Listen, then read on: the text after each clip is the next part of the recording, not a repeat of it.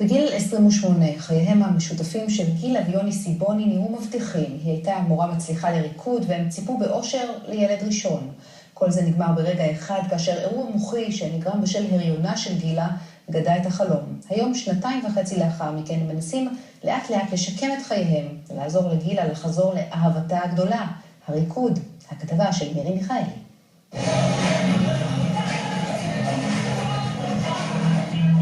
גילה סיבוני הייתה מורה לריקוד. את יוני היא פגשה בפעם הראשונה במועדון סלסה.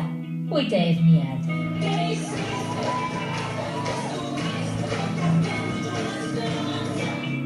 אחרי זמן קצר הוא הציע נישואים, היא כמובן הסכימה. האהבה פרחה.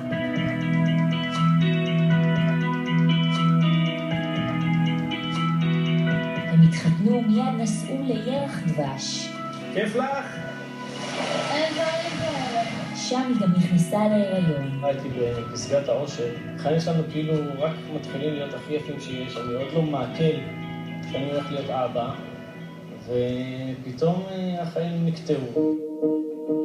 זה קרה בחודש השישי להיריון לפני 2.5. התחלתי להרגיש כאבי ראש עזים.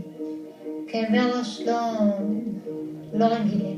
הבנתי שמשהו רע קורה. קמתי ללכת לטלפון, לא הצלחתי לעמוד. החלטתי שאני חייבת להגיע לטלפון עכשיו. אז פשוט הפלתי את עצמי מהמיטה לרצפה.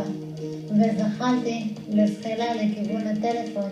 התקשרתי אליו, הוא ענה לי, אמרתי לו, ממי, אני מרגישה אותו משהו רע קורה לי, תבוא הביתה. עד הרגע הזה היא הייתה בריאה לגמרי, לפחות לכאורה. בדיעבד התברר שהיא סבלה ממום מולד בכלי הדם במוח, וההיריון גרם לדימום תוך מוחי. גילה נפגעה במערכת העצבים, במוחה היה שטף דם בקוטר של אגרוף של ילד. בבית החולים הדסה הצילו את חייה.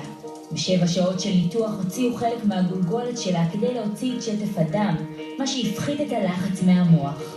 מלא צינורות מסביבה, בלי הכרה. הרגשתי שפה הצורך שלי לתת לה כמה שיותר כוחות.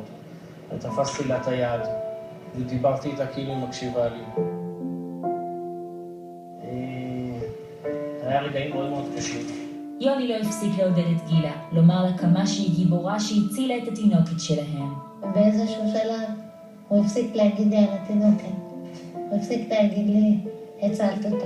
הוא היה עומד, הצלת את עצמך. ואני רציתי לדעת מה הייתה, ולא יכולתי לדבר.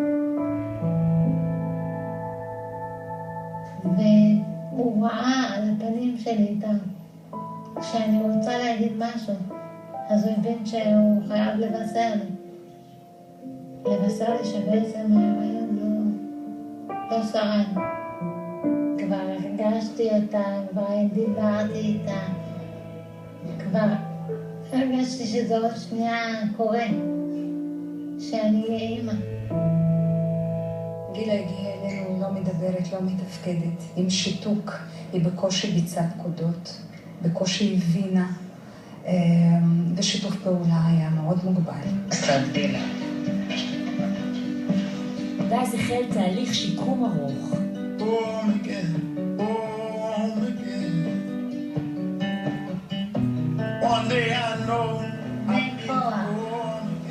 יותר חזק נעשה.